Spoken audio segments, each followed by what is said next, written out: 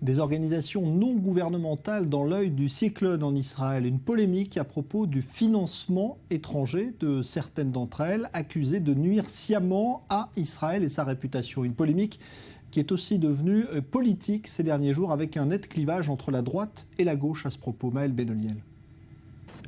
C'est une polémique qui enfle en Israël ces derniers jours. À l'origine, une vidéo réalisée et mise en ligne par Im Tirtzu, si vous le voulez, en hébreu, un mouvement d'étudiants sous forme d'organisation se réclamant de l'opposition extra-parlementaire dont le but est de défendre et de promouvoir les valeurs du sionisme. Dans cette dernière, l'organisation qui se définit centriste, bien qu'étant considérée d'extrême droite par certains, accuse des associations de défense des droits de l'homme israéliennes d'être des taupes contrôlées par des pays étrangers et qui sabotent les efforts de contre-terrorisme en Israël. Une campagne jugée agressive pour beaucoup, mais pas pour le président de Im Tirtzu, Matan Peleg. We launched a campaign that Nous avons lancé cette campagne qui a pour mission de faire stopper le financement depuis l'étranger de certaines ONG israéliennes. Nous pensons que ces organisations font du tort à Tsahal et délégitiment Israël. Dans la ligne de mire de cette campagne, notamment B'Tselem, une association qui défend les droits de l'homme dans les territoires palestiniens. C'est avec un plan de rue que commence la vidéo, musique menaçante en fond. Un homme arabe barbu, l'air menaçant, s'approche de la caméra quand, soudain, il lève le bras avec un couteau à la main. Avant que le prochain terroriste ne vous poignarde, il sait déjà que Haggai Elad est un agent de l'Union européenne et qu'il qualifiera Israël de criminel de guerre, nous dit-on en commentaire. Pour Haggai Elad, le président de B'Tselem, cette vidéo n'est que la face visible de l'iceberg. Les problèmes évoqués dépassent le cadre de cette seule vidéo. Cette vidéo reflète certainement l'esprit de Im Tirtzu, de ceux qui l'ont produit, mais c'est le gouvernement qui tire les ficelles. Coïncidence du calendrier ou pas, cette campagne a été lancée seulement quelques jours avant qu'un projet de loi ne soit présenté au Parlement israélien. Une loi proposée par un député du Likoud, le parti du Premier ministre Benyamin Netanyahou, et qui empêcherait notamment ces organisations de recevoir des financements depuis l'étranger. De leur côté, certains activistes cités dans la vidéo ont décidé de porter plainte pour incitation à la violence contre leur personne. Alors, autre ONG dont on parle beaucoup ces jours-ci, et on vous en a parlé hier également ici même, c'est Breaking the Silence, une organisation qui recueille des témoignages de soldats israéliens pour dénoncer les exactions de Tsahal. Cette association est aussi dans le collimateur puisque le gouvernement veut par exemple lui interdire d'avoir accès aux écoles israéliennes. On va parler justement de cette polémique avec nos invités. Bonsoir Eric Cohen, bonsoir. Vous êtes membre du Parti travailliste en Israël. Bonsoir Olivier Rafovitch. Vous êtes colonel de réserve dans l'armée israélienne. Alors, un mot sur cette polémique. Olivier Rafovitch, est-ce que vous trouvez normal que le gouvernement se préoccupe de l'influence, par exemple, de cette organisation Breaking the Silence qui nuirait à la réputation de l'armée israélienne avec des financements étrangers? D'abord, elle ne nuit pas, elle veut nuire. Elle veut nuire, elle cherche à nuire, elle fait toute une politique vraiment pour salir l'image de Tsahal à l'étranger. Donc, j'ai reçu l'info, il y a eu 9 événements à l'étranger, dont 2 autres en Écosse, lié d'ailleurs à un parti anti-israélien, antisémite, même écossais, qui s'appelle SNT, le Scottish National Party. C'est une organisation qui, aujourd'hui, dans son action, est perçue, est vue et fait une action anti-israélienne. Qu'il y ait des gens là-bas qui aient des bonnes intentions. En tout cas, le résultat, c'est que dans l'environnement international dans lequel nous nous trouvons, ce sont des gens qui font du mal à Israël, qu'on soit d'ailleurs de droite, de gauche, du centre, et ils sont vus comme des gens qui vont vers les ennemis d'Israël. Maintenant qu'eux ne comprennent pas, qu'eux n'acceptent pas la critique du côté israélien, ils ont le droit. Mais nous aussi, on a le droit de se défendre. Et je crois que c'est, pour moi, scandaleux, c'est même honteux que des gens, dans période de crise, en période de guerre même, aillent chercher des témoignages pour aller les colporter dans le monde entier et salir encore une fois Israël. Et c'est sûr qu'ils ont beaucoup de gens avec eux, puisque le monde entier adore les Israéliens anti-israéliens, on a toujours adoré les Juifs antisémites, et qui pour moi c'est un danger pour la démocratie israélienne, même si eux pensent qu'ils font des choses bien, et ils font aujourd'hui une chose très grave pour Israël, et je crois qu'il faut le dire haut et fort. Oui. Eric Cohen, c'est devenu un débat politique cette semaine en Israël. Est-ce que vous pensez qu'il y a vraiment un clivage droite-gauche là-dessus justement, et que la gauche ne partage pas l'avis de la droite sur le rôle de ces ONG? Oui, bon, alors, d'accord. D'abord, je vais quand même dire, je ne suis pas membre de Shovrim Shtika, de Brisons le silence. Et je pense qu'il faut là dire deux choses. D'abord, le premier point, c'est que c'est une organisation, une association qui agit dans le cadre de la démocratie israélienne. Le seul critère pertinent pour décider si une organisation a le droit d'opérer dans le cadre de l'espace démocratique, c'est est-ce qu'elle respecte les lois. Okay ? On peut être d'accord ou pas d'accord avec ce qu'elle dit, on peut être d'accord ou pas d'accord avec ce qu'elle propose, mais d'abord, c'est est-ce qu'elle respecte les lois. Bon, le fait est que Breaking Silence respecte les lois, sinon elle serait mise hors la loi. Donc ça, c'est la première chose. J'émets une réserve quant au fait qu'il porte ses paroles à l'étranger. Je pense que cela est négatif pour une simple raison, c'est que les gens avec qui il parle à l'étranger, ils n'en ont vraiment rien à faire de la paix entre Israël et les Palestiniens. La seule chose qui les préoccupe, c'est de délégitimer, de noircir l'image d'Israël. Donc je pense que là, c'est quelque chose de négatif. Mais pour ce qui est de parler, de porter cette parole douloureuse, parce qu'il faut comprendre quand même ce qui se passe, ces gens-là, ce sont des soldats, des réservistes, pour beaucoup des officiers, des sionistes qui servent dans l'armée d'Israël, qui servent dans Tsahal et qui sont confrontés, comme il faut le dire, à des choses terribles, la situation d'occupation. C'est pas de leur faute, c'est pas eux qui sont responsables. C'est cette situation qui est terrible et qui les met en situation de voir ou de participer à des choses très difficiles, très dures. Et ils ont envie d'en parler. Ils ont envie d'en parler en Israël. Et je pense que c'est important. Attends, excusez-moi. Et je pense que c'est important d'écouter cette voix. Maintenant, pourquoi est-ce qu'on les attaque cette semaine? Sur ça, j'ai une explication, mais... Alors, d'abord, Olivier Rafouet, je vous réponds là-dessus, et après, je vous redonne la parole. Le ton est un ton tranquille, mais le fond est grave. Parce que lorsqu'on va à l'étranger, ils vont à l'étranger pour récolter des fonds. 2 700 000 shekels provenant de Belgique, de France, de Suède, des fonds palestiniens provenant également de l'étranger, une relation directe avec le secrétariat pour les droits de l'homme à Ramallah, sont des jolis mots pour des choses qui sont fondamentalement anti-israéliennes. Il faut savoir, et vous le savez aussi comme moi, qu'il y a aujourd'hui une guerre qui veut aller contre la légitimité de l'État d'Israël. On est en guerre d'abord et avant tout, avant malheureusement de voir la paix, on est en guerre pour exister. Et même si, d'après vous, tout va bien et que le seul problème est le problème de l'occupation, entre guillemets, il y a un autre problème qui est la survie d'Israël dans un cadre où des gens encore veulent nous détruire. Vous allez me dire que nous sommes peut-être un petit peu toujours inquiets, un petit peu angoissés, mais lorsque ces gens-là parlent à l'étranger, ils parlent à l'étranger, c'est leur raison d'être. Ils prennent des témoignages et ils parlent à l'étranger. Ils ne vont pas à l'armée demander des comptes. Ils prennent les témoignages des Israéliens, des Palestiniens dans les prisons. Ils cherchent les gens pour les pousser au témoignage et ils les vendent. Ils vendent ce matériel-là pour recevoir des fonds, puisqu'en fait, leur raison d'être est d'exister en donnant ces témoignages les pires possibles, les plus durs possibles, provenant d'Israéliens, donc le plus beau possible, puisqu'un Israélien va s'autocritiquer, va s'autoflageller, et ça marche. Et ça marche même très bien, puisqu'ils reçoivent des millions de dollars de l'étranger. La question est de savoir, moi je pose la question en tant qu'Israélien, en tant que Juif, en tant que démocrate et en tant que sioniste. A-t-on le droit en temps de guerre, et nous sommes en guerre, vous l'avez dit même avant l'antenne, nous sommes toujours en guerre, toujours en crise. Est-ce que nous avons le droit d'avoir une cinquième colonne? Parce que c'est une cinquième colonne qui, même si des gens pensent peut-être naïvement qu'elle fait du bien à l'État d'Israël, elle fait un mal fou à l'État d'Israël.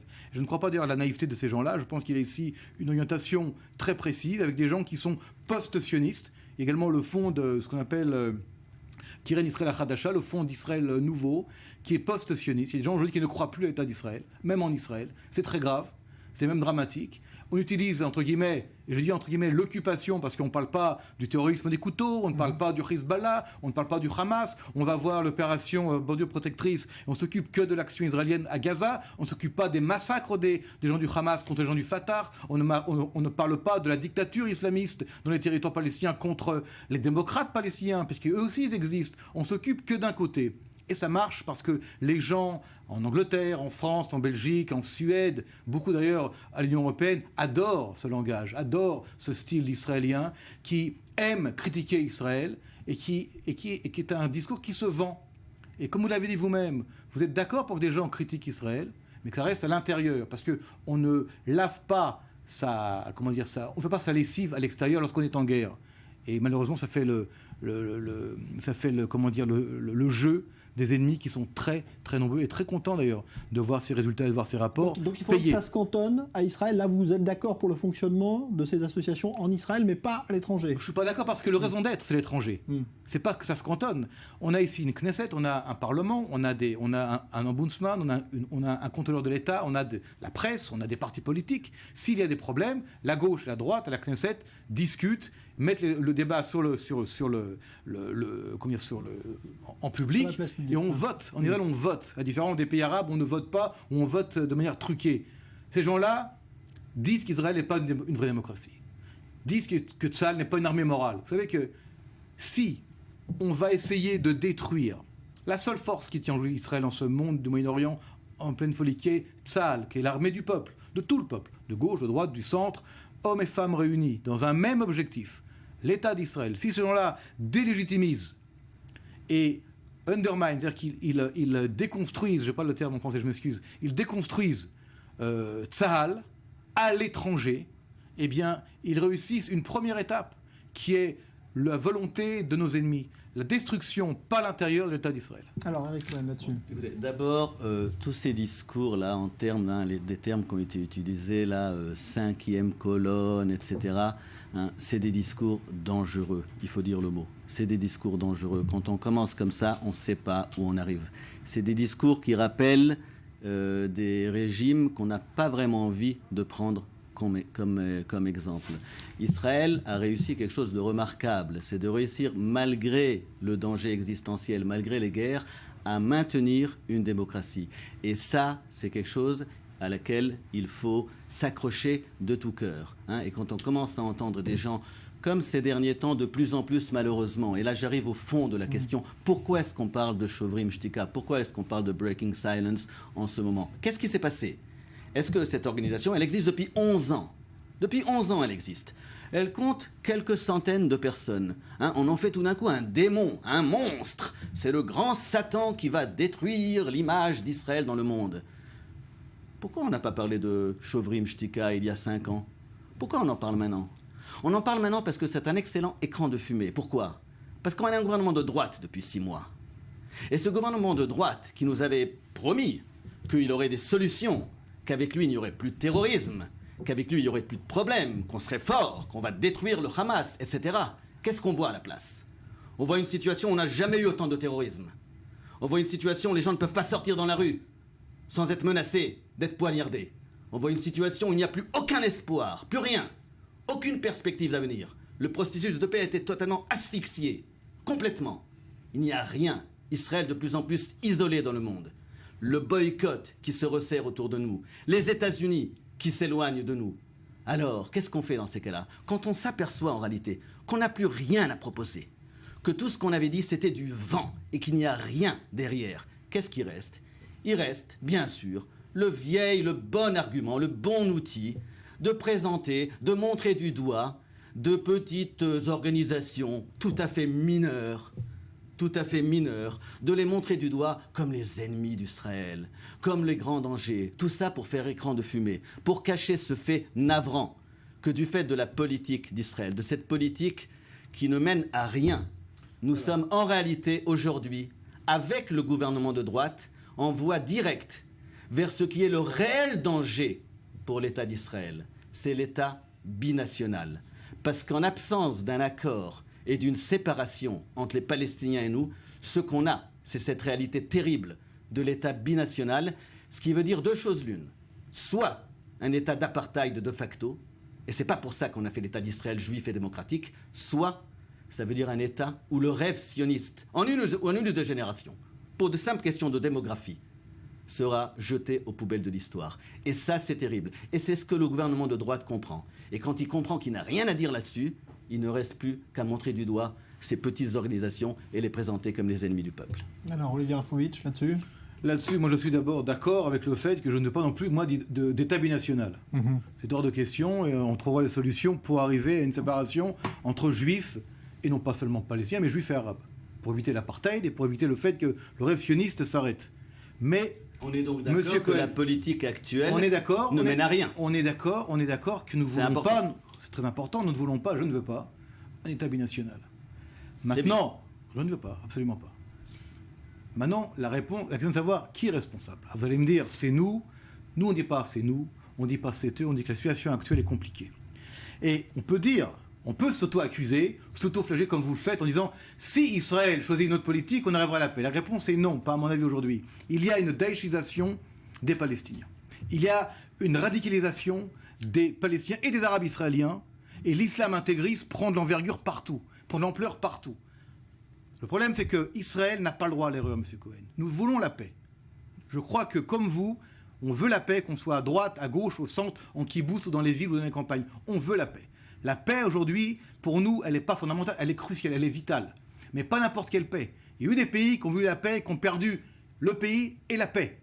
Nous devons être très, très prudents. Aujourd'hui, avec les Palestiniens, je ne parle pas de Abou Mazen, qui est un vieux leader, qui est en voie de départ. Ceux qui veulent le remplacer, qui disent qu'ils veulent le remplacer, sont des extrémistes qui ne veulent pas reconnaître l'État d'Israël. Je pense à Anouane Barghouti, qui est en prison pour terrorisme. Le Hamas ne veut pas la paix. Le Hamas est à Gaza et gouverne également une partie des universités et des écoles palestiniennes dans la Cisjordanie, en Judée-Samarie et même à Jérusalem-Est. Nous voyons que les attaques au couteau ne proviennent pas d'un problème de nationalisme. Ils ne veulent pas libérer la Palestine. Ils veulent libérer El-Aqsa. Ils veulent islamiser toute la Palestine, qu'ils appellent donc l'État d'Israël aussi, bien sûr, et le remplacer par un grand État islamiste.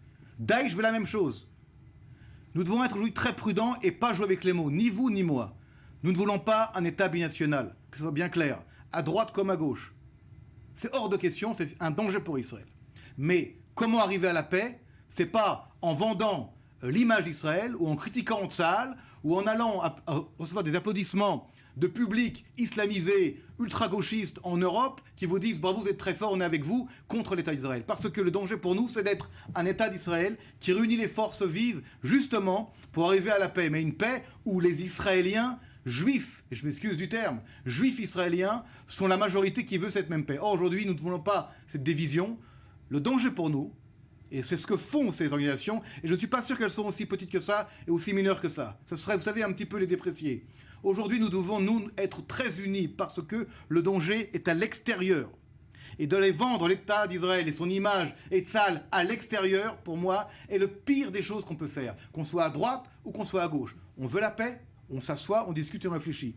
Pas d'État binational, c'est hors de question, mais pas de critiques vulgaires et vicieuses contre Tzahal à l'étranger par des Israéliens qui se disent plus démocrates que moi. Ça, pour moi, c'est un danger existentiel pour Israël. Un dernier mot là-dessus. Vous pensez que ces associations ont un rôle aujourd'hui, font avancer la paix ou pas ? Rapidement là-dessus. Elles ont un rôle, comme dans n'importe quel espace démocratique, où il est important d'écouter les voix des citoyens. C'est leur droit, c'est légitime. Merci à tous les deux. Merci Eric Cohen, merci Olivier Rafovitch.